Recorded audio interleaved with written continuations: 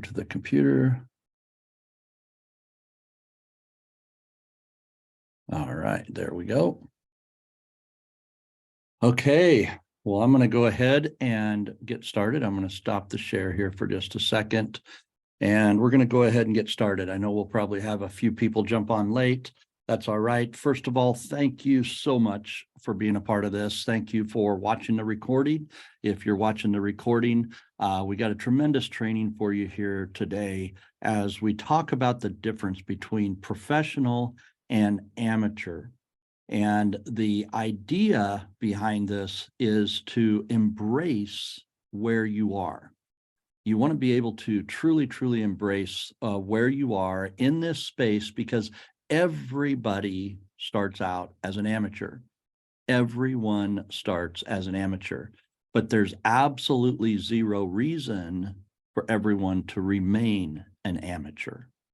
And that's the gist of our training for today, is how we move from being an amateur in the sales or the leadership space to being a full-on professional.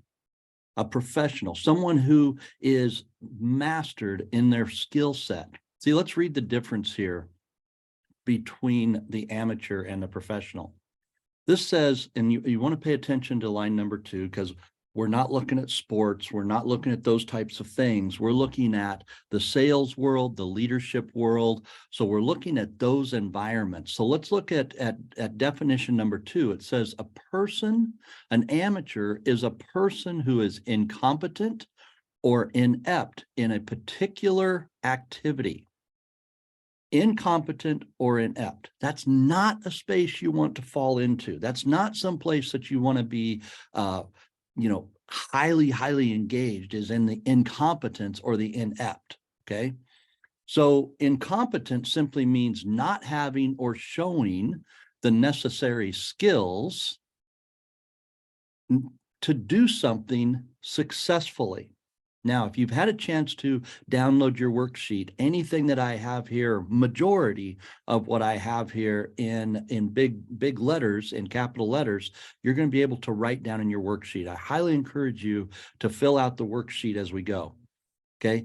But the incompetent person or an amateur person is someone who's not showing the necessary skills to do something successfully. Now, I'm going to touch on why this is so important in just a second. Ineptness means it's an unskillful resulting from a lack of training. Unskillful resulting from a lack of training. The thing is about both of those elements is they're both fixable. They're both able to be improved. That's the gist of this training, is to move from being an amateur to being a professional. Very doable. See, a professional is very simple. A person competent or skilled in a particular activity. See, selling, leading, managing, all of these are activities that require a specific skill set. And I find it interesting that salespeople, leaders, managers, people of that nature, they don't find it important often to be focused on their personal development or personal improvement. And it kind of breaks my heart when they make a choice to not focus on continual improvement in that area of skill set. I think you would all agree that a manager that you've worked for in the past could probably have used some improvement in skill set, whether it's communication or training or something of that nature. Almost all of us have someone in our past that we would recognize and say, yes, they could have used more training. The reality is we all need more training. There's no one person that is ever going to fully grasp everything there is to learn in their area of study. It's physically impossible. But the more we learn every single year, the better and better that we're going to continue to be in any given area. And that's the most important thing to think about. Okay. See, competence is having a necessary ability, knowledge, or skill to do something successfully. The necessary ability, knowledge, or skill. Those are three very simple things. The abilities, you could look at ability as though it's a physical ability, right? If you're doing a job that requires you to lift a lot, but you're not very strong, you may not have the physical ability. There may be other abilities that you may not be able to do in certain jobs. So you got to make sure you have the ability to do it. You also want to think about the knowledge. What information do you have to do a specific job? And then what skills do you need to do a specific job? I find it interesting, especially in the leadership and the sales space, the most important skills that anyone can have in that space are people skills. The ability to connect with people, the ability to move people, the ability to influence people, to impact people, to make a difference in people's lives. That's the skill that is required for leadership and sales. Super easy. And it's one that I'll guarantee you, if you studied it for the rest of your life, you will only find yourself needing more and more and more. I've been studying leadership now well over 20 years. And what I've found interesting is the more that I learn about it, the more I learn that in a lot of ways I was wrong about the way I viewed leadership. And my results showed that, by the way. The interesting thing is, the more I learn about leadership, the more I realize I have so much more to learn. And every year, as I read more and I learn more and I implement more, the more I realize that, man, there's no possible way to fully grasp everything there is to know about leadership and sales. It's absolutely impossible.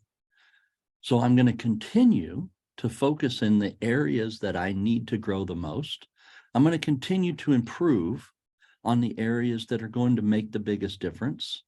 And I'm going to continue to focus on the things that I know I can change, the things I know I can change within me that are going to make the biggest impact for you. Those are things that I'm going to continue to focus on.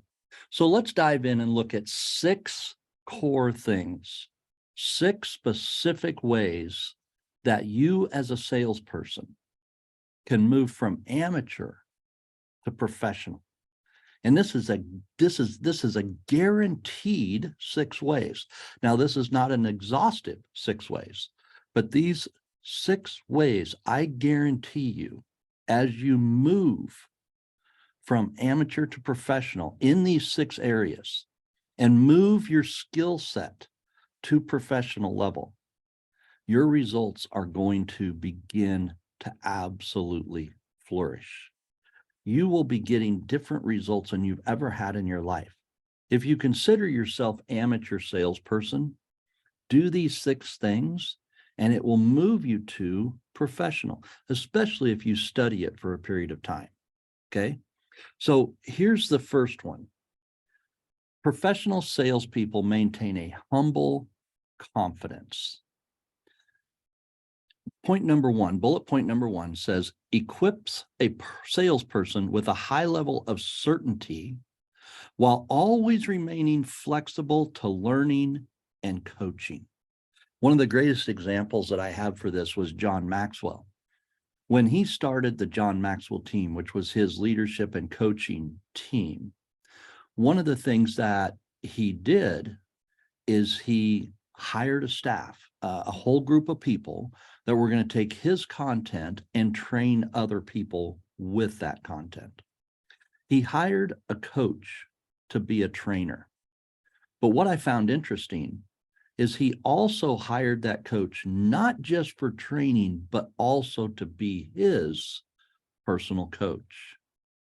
So he hired a coach. This is John Maxwell. He's like the leadership guru everywhere. But John Maxwell hired someone who is a coach, and he hired them to coach him, to be his coach. I found that so amazing that one of the staff members for John Maxwell was also his personal coach. John knows that there's always opportunity to learn from people. He knows that other people around him will make him better, will make him bigger. He also knows that the people around him that can make him bigger on the inside will allow him to be bigger and express more on the outside. See, John knows that very, very, very well. And he knows that with certainty, when he brings a high quality coach into his presence, he's about to learn something more about himself. He's about to learn and expand his own capacity. And that is what we have to remember. You will never get to the point where you don't need learning and coaching. You're never going to get there. Okay. The bullet point number 2 is confidence. Remember, we're thinking about humble confidence, but confidence in and of itself is highly attractive. Confident people are always attracting other people towards them.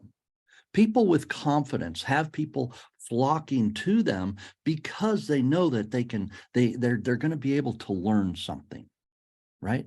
When you flock towards someone with confidence, you're going to walk away with something. You don't know always what it is, but I can promise you, you're going to walk away with something. So confidence is an attraction. It creates attraction. Confidence is also very energizing. It creates energy within a room, energy within a team, energy even within that individual alone. When an individual is confident, there's an energy that's created from that. And we want to grab onto that. Confidence will also be open to new ideas. This was interesting to me as I studied through it. And the lesson that I actually studied on this was a CEO at Disney. The CEO at Disney, what an amazing, amazing story. Came in very, very humbled, was up against some other amazingly strong and big CEOs. But this guy came in and was very quiet. He didn't boister himself a lot. He didn't express himself loudly in front of the crowd. He did a lot of humble learning with a very, very high level of confidence. His confidence in what he knew he could do, his confidence in what he knew he could deliver, he did so with an absolute humility that drew people to him, energized the whole organization. And at the end of his tenure there, at the end of his time at Disney, he had purchased 4 major companies, 4 major acquisitions under his time at Disney. Nobody else had ever done that. Nobody else had even considered it. And to my knowledge, it hasn't been done since. So he had such a unique ability to be highly confident, yet highly humble. So his humbleness created it makes his confidence believable. The people around him, because he was so humble, he was able to attract people to him because he was confident. Once they were there with him, they believed him. It made it so believable for what he could do because of that humility. The humbleness also will not fear imperfection. See, this is another thing that he was very, very open about. He didn't have a lot of experience in TV and animation and all the things that Disney does today. He wasn't well versed in that. So he knew that he was going to be imperfect, even in the ways that he asked questions. He knew he was going to be imperfect, but he never feared imperfection. See, a humble person is okay with that because they know that there's nobody perfect, including themselves, and they're okay with it. Humility will also be very magnetic. Like confidence is very attractive. Humility is very magnetic. It will draw to you, it will bring to you the resources that you need.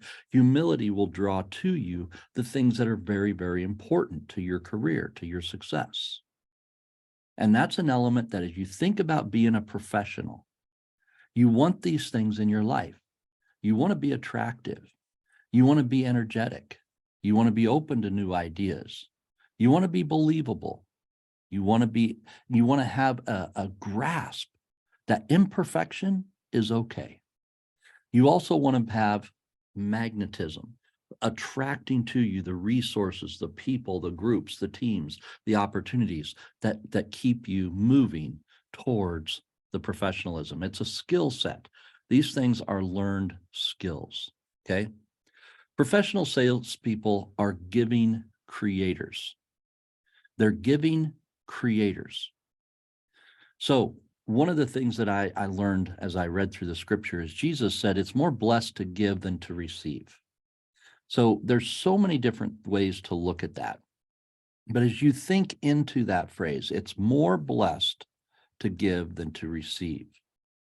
See, professionals live with a heart and a mindset intentionally designed for giving. They understand that there's a blessing. There's a blessing internally when you have a heart and a mind to give something to someone. Now, we're going to talk a little bit before this is over how we bring money back to us. But the most important thing is to have the mindset of giving first. If we don't have the heart to give, you're not going to be very good at getting, to be quite honest. The giving must come first. It's part of our human creation. Even if you think about it from a parent-child relationship, a child has very little that they can give in the human space. A parent has to give everything to that little child to nurture, to grow and develop that child. And over time, the child becomes capable of taking care of themselves and hopefully turning into a strong adult. So as we think about these elements, there's different ways to look at this giving component, but I'll guarantee you professionals in the sales space, the top professionals, are masters at giving. Professionals give in order to create success with and for other people. It may be somebody on their team. It may be somebody that they're trying to sell to, maybe somebody that they're supporting or working with as a client, but they create success through the process of giving. And again, it's a heart set, it's a mindset. When it comes to KPIs, key performance indicators, most people will tell you that you need to focus your KPIs on bottom line performance. In other words, what are you getting? What are you bringing into the company? Now, I understand and realize that every single organization has to have money coming in. But a key performance indicator, why do we have to only measure what comes in? What if we measured what went out? What if we measured what we were giving? Because if you're giving the right way, that's a much higher value than what you have coming in. We'll get to that more here in just a little bit.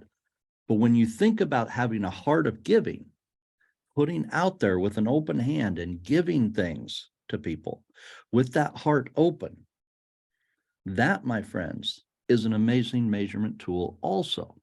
So think about your key performance indicators and consider measuring your giving versus your getting in the business space.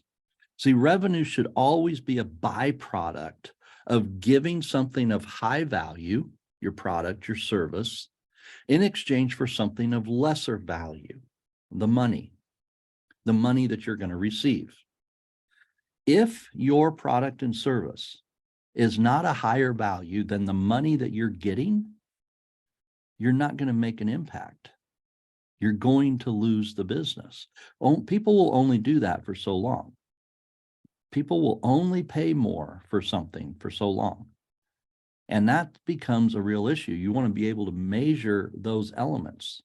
If you find out that what you're bringing in has more value than what you're giving out, it's a short-lived business. It's not going to work very long. And you want to be thinking diligently about that, because you need to be measuring and catching these things ahead of time. See, those who give the greatest value will create the greatest returns. You give the greatest value, you will create the greatest returns. And when I say create, there's a lot of different ways that professionals look at this. They don't just have to create income of only money. They create incomes of all different kinds. They got incomes coming in from multiple different directions. But that's what professionals do. Professionals do not limit themselves to one source of income. Professionals see income possibilities all around them, and they take advantage of them. The other thing that professionals do, and I've watched this and I've implemented it myself, is they give credit where credit is due, even when it's the competition. Even when it's the competition, and especially when it's a peer. You never want to be in competition with your peers. You want to give credit to your peers. We're going to do a whole nother training on this down the road, because this is a key element for leaders. Because if you want to make a big impact, you're going to do so because you are giving something to the people in your team. You're developing and growing and building up a team. It's huge. Very, very, very important. Professional salespeople are always highly agreeable. See, the client will not always be right, but they will believe that they are right. As soon as you disagree with them, you have created a barrier between you and them. You want to be careful with this. There is a time that you may want to create a barrier. You may want to have disagreement, but most of the time, you do not want that in your life. You do not want that wall of separation in between you. Because when that separation is there, it creates limitations for both parties. So you want to be able to learn how to agree with someone, even if you don't believe the way they believe. You still want to agree that they feel a certain way. Okay, let's think about this in terms of objections to start with. See, many salespeople become very disagreeable when dealing with objections. I've watched it happen. I've been there. In fact, I've been there in the last few weeks. I made a massive mistake here a few weeks ago in the way that I dealt with an objection. And afterwards, I caught myself and I'm like, Kylan, what did you do? You know, you totally created disagreement. And I went back and I didn't beat myself up. I'm human, right? I'm willing to take on my imperfections. But at the end of the day, I knew exactly what I did wrong. And they were passionate for what they believed in. I was passionate for what I believed in. And I dropped the ball. I dropped the ball on that. And I also knew that when this happens again, I'm never going to let that happen again. Because I'll guarantee you there's going to be another time where I can be disagreeable. And I'm going to have to find a way to not do that. And I've made an agreement that when this happens again, I will not do that again. I've made that agreement with myself. I will find a way to be agreeable, one way or the other. And when we think about that, that's where opportunities come from. See, objections are opportunities to help clients learn and grow. That's what it boils down to. An objection is an opportunity for a client to learn and to grow. In other words, let's think about it for a moment. In your business, your products, your services, you know them very, very well, okay? But more than likely, your clients don't. Your clients don't know the product and service to the level that you do. So a lot of times when they have an objection or what we consider to be an objection, it's not even really what it is. It's just a lack of understanding. It's a lack of knowledge. Or it could be something that, as you've heard in our sales training program, when we present something that they hadn't thought about before, now all of a sudden they're thinking about it. Like, where did that come from? See, that's a different way of looking at it. Not right, not wrong, just simply different. Okay. So we want to help them learn and grow. It's okay to disagree with a client. It's not okay to disagree with how that client feels. Okay. It is not okay to disagree with how they feel about a subject, how they feel about a certain result, how they feel about your support, how they feel about, you as a person. See, they may feel something and you don't want to disagree with that feeling. See, I put an example in here, and the example is a client who says, I just don't think this product will help with my problem. The average salesperson instantly steps in and says, I got to close this deal. I got to close this deal. If I'm going to close this thing, I got to convince this person, right? I got to convince this person that they're wrong. I'm going to convince them that this would be very good for them. However, a professional salesperson will step in, and I'm just going to read this to you. They will respond by saying, I agree. If the person says, I don't think this product will help, a professional will step in and say, I agree. It may not be the best option for this problem. Therefore, may I ask, if this isn't the best option for you today, what do you feel would be the best option or the best solution for you and your organization? If this is not the best option, what would be?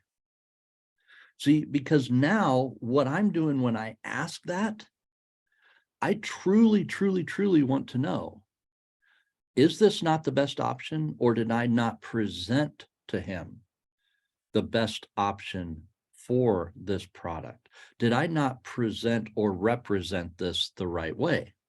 When they answer that question, I'm going to know truthfully if it was my approach in how I said something, or if absolutely my product isn't going to work. I need to know that, because if my product doesn't work, the last thing I want them to do is buy it.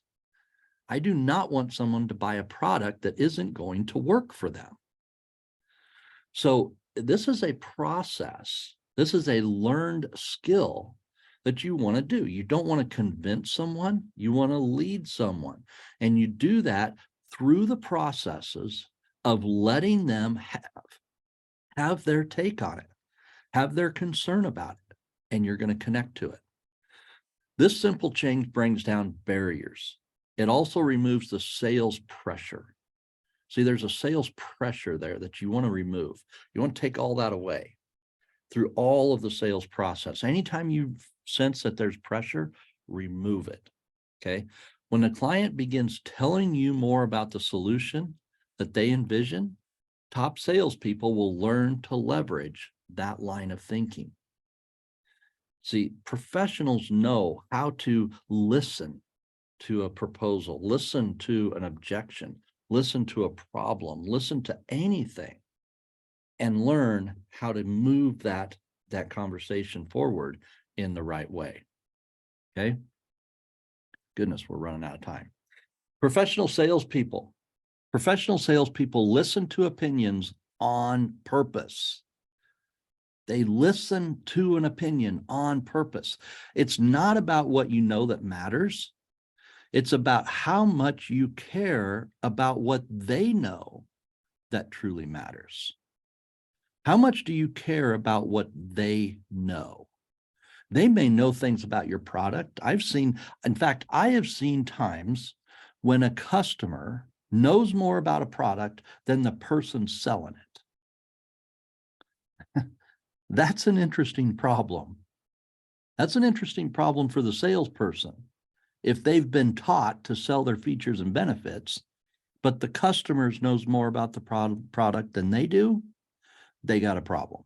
That's what we call the law of the lid, right? They're selling at a 5, but the customer's already at an 8. You're not going to sell that customer. You better learn how to ask questions and learn from those customers. That's the only way you're going to sell to that type of customer. If they have done so much research, maybe research on your competition, research on you, research on your wins, your failures, who knows what they've done. You've got to be ready to deal with those things, okay? So you want to listen to their opinions, right? An expressed opinion is an outward release of an inward belief. It's an outward release of an inward belief. See, that's all it really is. Now, those opinions are going to be gathered or expressed through the collection of facts, information, a lot of different experiences. That's what causes that opinion to be created. So you want to be able to listen to that in such a way that it will make an impact lever for you. You want to know how to use that. Professional salespeople know that with digital marketing, they must learn the client's opinions about the industry and the product before entering the sales process. This is why when I talk to people, even in the water industry, for example, I will talk to them about, what's your opinion? What's your take on, how the policies are being written today? Or what's your take on all this technology that, may or may not be working in your farm, in your operation, in your community, working with people in water in different communities? It's like, man, there's just all sorts of different opinions running around out there. But I want to be able to know what they know so that I can connect to what they know and I can truly care about it the way they do. Opinion-based questions will lead the professional to ask the right information questions. See, all of us need information to be successful, but we need to ask for the right information the right way at the right time. And those are different things that we have to learn through listening and through the capture of opinion-based questions, capturing the answers to opinion-based questions. See, people like to share opinions, and by encouraging them to share opinions, you're developing a deeper understanding of who they are, what they believe, and why they believe it. You want to be listening very carefully when people share their opinions, because they'll answer all of these questions in one time. They'll begin to express who they are. Their body language speaks loud when they're expressing opinion. Body language, tone of voice, facial expressions, which is part of body language, all these things speak very loudly when people express an opinion. What you're really looking for, though, is why do they have that opinion? What has driven them to that opinion? That's priceless, absolutely priceless. Professional salespeople are both teachers and learners. Great leaders and salespeople educate to implement and implement to become educated. See, they learn from everything they do. Great salespeople, professional leaders, professional salespeople, they are always educating to implement. And when they implement, they educate themselves again. And they keep growing, they keep improving. Okay. The moment you become capable of learning while you're leading, you're reaching a status of a professional performer. That's cool. That is a whole nother level of value that you're learning how to create. The best teachers have learned how to get the best out of everyone, including their clients. That's a key element. The best teachers know how to get the best out of everyone, including their clients. That is huge. That, again, is not something that you want to take lightly. You want to learn not the way most teachers are in the public space or even in the educational spaces of colleges and universities. Take it a step farther. Take it a step farther. Learn to be the teacher that draws out. See, education is a duco, to draw out from within. See, that's what gets the best out of everybody you work with. That is a skill that is practiced. That is a skill that takes time. That is a skill that takes a lot of effort. Okay. Average salespeople believe teaching is telling someone something knowledgeable and or valuable. So you can tell people a lot of things that are highly valuable. Doesn't mean that you're educating them, though. Big difference. Unfortunately, this doesn't align with top results. I've studied this in detail because when I started getting into the sales space, I wanted to know, what do the top salespeople do? How do they go about it? How do they get the best of the best results? I studied $1 million earners, $1 million commission earners for several years. And it was really interesting. They didn't just share things. In fact, it was quite the opposite. They're bank full of knowledge. They were extremely intelligent, but it was very rare that they would give all of that intelligence. They would only use their knowledge when it was the right time, and then they'd only use it in the right way. Okay. Professional salespeople know that real education is about drawing out of the client what is known and unknown, and then using the knowledge that they have that is required to fill the gap between the known and the unknown that will result in a specifically desired outcome. And that, my friend, is why you can't just throw up all your knowledge on people. It's not about how smart you are. It's not about how much you know. It's about how you can help the client draw out what is known and unknown, fill the gap with knowledge, and give it back to the client so that they can truly, truly expand to an outcome they desire. See, this is huge. This is huge. When you are able to do that, when you are able to bring that together for your customers, you are priceless to them. You are absolutely the most valuable person that they will have on their team. This is huge. This was such a big deal for me when I began to learn this, that it's like, wow, that is amazing. That makes a massive difference in how I approach the sales process, how I approach education. Completely changed it, everything for me. Professional salespeople are value able. Okay. Your true worth is determined by how much more you give in value than you make in a payment or compensation. And that comes from the book, Go Givers Sell More. If you haven't read the book, Go Giver, you need to read that book. It's absolutely an amazing book about going and giving. Okay. But Go Givers Sell More is an amazing book, and it talks about that in there. And this is where some of these thoughts come from, not all of them, but just a couple of the thoughts from this training today come out of that book, because I've put them to use. And I know that by having a heart and a mindset of giving makes a massive difference.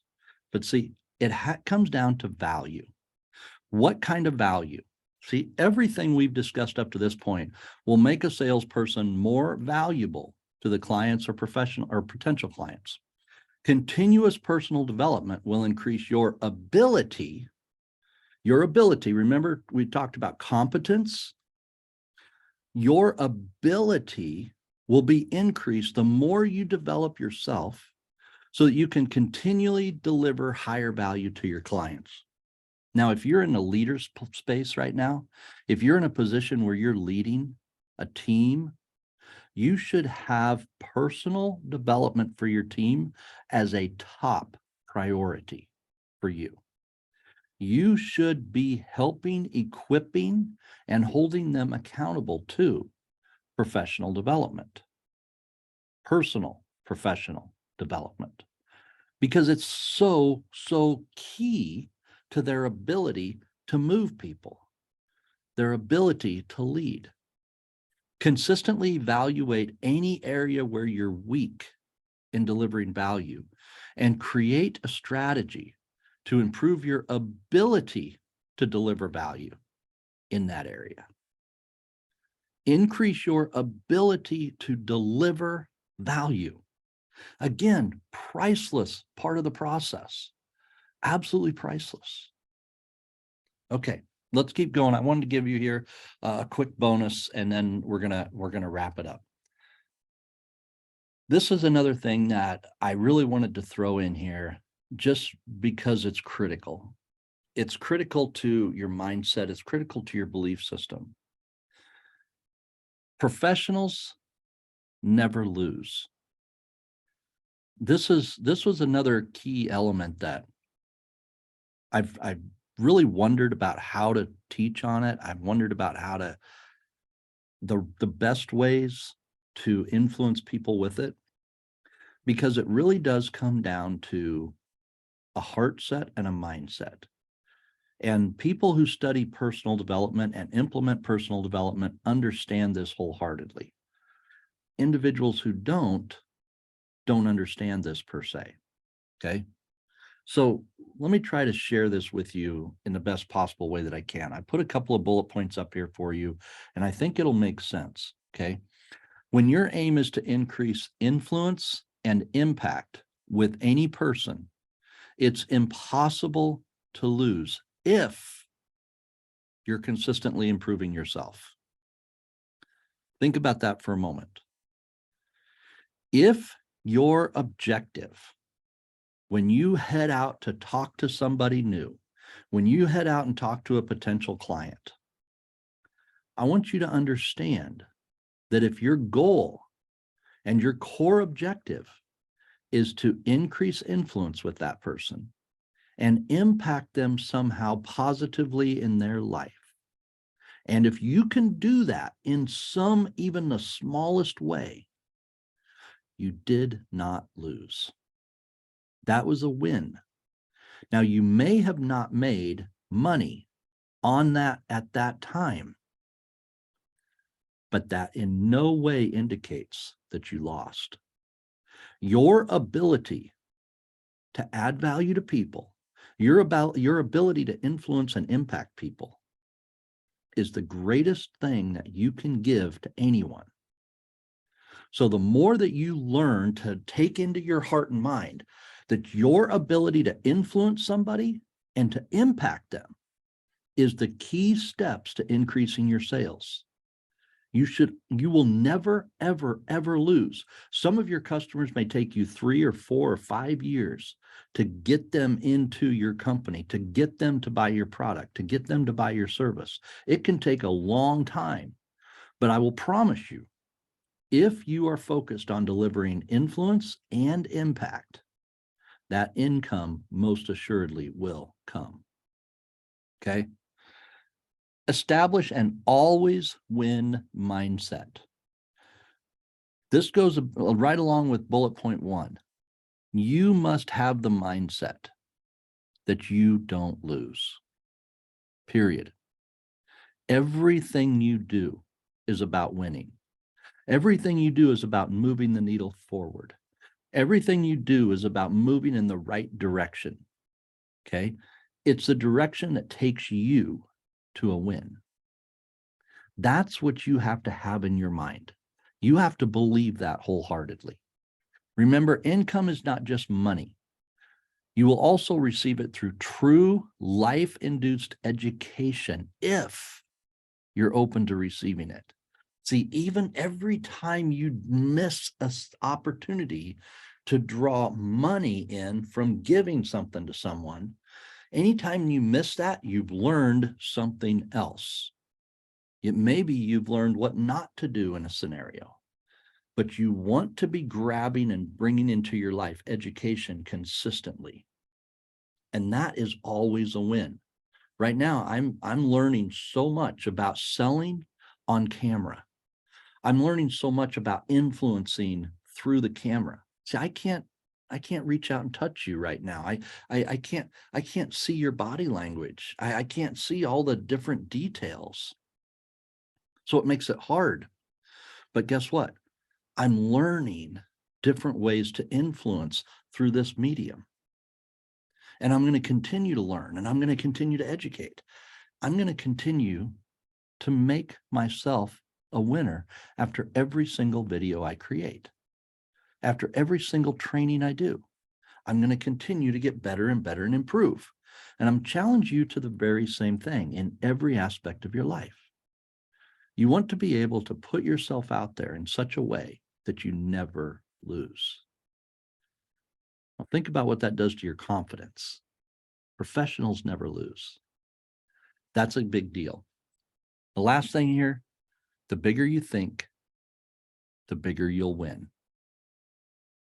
When you want to win big, you have to think big. You don't think about one deal or two deals. You think about 10, 15 deals. You're thinking so big. You know, right now I've got a project that I'm taking on. It's like we're in phase 1 of this massive project. Phase 1 is like nothing but research. But I already have this national and even potentially global idea on what this can do. And that's impacting how I do research. So I think big, because every time I think, okay, here's a solution, I'm like, how do I make it bigger? How do I make it bigger? If that's a $1 million solution, how can I make that a $2 million solution? How do I make that a $10 million solution? Right? I'm always, always, always thinking bigger. And that allows me to create the steps, the processes to win more consistently. A lot of you on here are probably working in agriculture. And if you've got 1,000 acres worth of a service or a product in your pipeline, you're like, I got 1,000 acres. Here's my challenge to you. How do you make that 2,000? How do you make that 10,000 as fast as possible? As fast as possible. Think big. Think big, win big. Think big, win big. When you start thinking about how you could possibly land 10 times more than what you're doing now, 5 times more than what you're doing now, choose a number that's out there. Get it out in front of you and think about what winning looks like with that. That is a big deal. So with all that being said, I'm going to stop sharing. The last thing there, of course, is go make it awesome. That's the foundation. Go make it awesome. I want you to go out, take some of these concepts. You don't have to try and implement them all, but take these professional concepts and go make it awesome. Absolutely awesome in your world. Okay. Think about what you can do. Think about what you can do with the possibilities of moving from amateur to professional. Okay. I know we're over our 45 minutes, so I do greatly appreciate you guys jumping on. Do we have any thoughts, comments, questions come in, anything of that nature?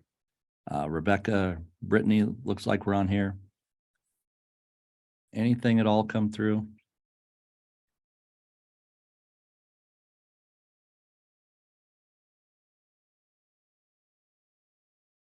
Okay. I'm going to say probably not then.